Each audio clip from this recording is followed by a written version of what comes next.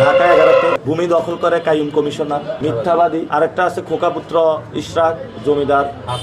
তো এভাবে পুরা ঢাকায় যাদেরকে নমিনেশন দিয়ে রাখছে, এটা ঢাকাবাসীর উপরে একটা অত্যাচার চাপিয়ে দিয়েছে তারা। আর এগুলা কে সাইন করেছে? এই যে গডফাদার মির্জা ফখরুল কি জানতো না এগুলা গডফাদার, সন্ত্রাসী, দুর্নীতিবাজ? উনি কিভাবে সাইনটা দিয়েছে? আর এগুলো অ্যাপ্রুভাল কে দিয়েছে? সুপারিশ করছে কে? ওইটারই বাংলাদেশে ওইটা হলে সব ঠিক হয়ে যায়। এখন গিয়ে হলো বিভিন্ন সমাবেশে বড় বড় কথা বলে, ও সব দুর্নীতিবাজ, সন্ত্রাসী, চাঁদাবাজের টিকিট দিয়ে এখন গিয়ে আবার জনগণের কাছে বলে আমরা এগুলা বন্ধ করব। এটা তো বাংলাদেশের সবচেয়ে বড় প্রতারণা।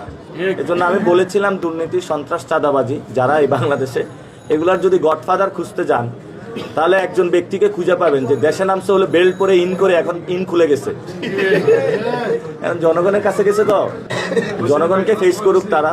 বিএনপি, ভারত, প্রশাসনের এই তিন শক্তির কিছু অসাধু কর্মকর্তা সবাই না মিলেমিশে একাকারে হয়ে তারা হলো আমরা গণ অভ্যুত্থানে যেই সংগ্রামটা সূচনা করেছি এটাকে কিভাবে ব্যাহত করা যায়, বাধাগ্রস্ত করা যায় সে প্রচেষ্টা লিপ্ত হয়েছে। আর আমরা ঢাকা 8-এ ইনশাল্লাহ 12 তারিখ পরে চাঁদাবাজি, সন্ত্রাসী, দুর্নীতি বন্ধ করে দিব, চিরতরে এখানে ইনশাল্লাহ বন্ধ করে দিব।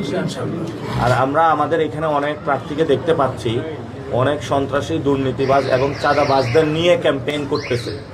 এটা কিন্তু ভোটারদের সাথে বৃদ্ধাঙ্গুলি প্রদর্শন হচ্ছে।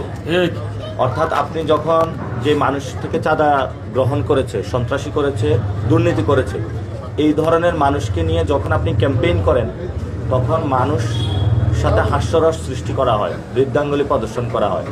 আমরা যাদেরকে নিয়ে ক্যাম্পেইন করি এখানে কেউ কারণ আমি কোনো অভিযোগ দিতে পারবে না। এই জন্য আমরা এখানে একটা সিস্টেমের পরিবর্তন চাই, আমরা কোনো ব্যক্তির বিরুদ্ধে না, যার মধ্য দিয়ে আমরা একটি নতুন বাংলাদেশ গড়ব।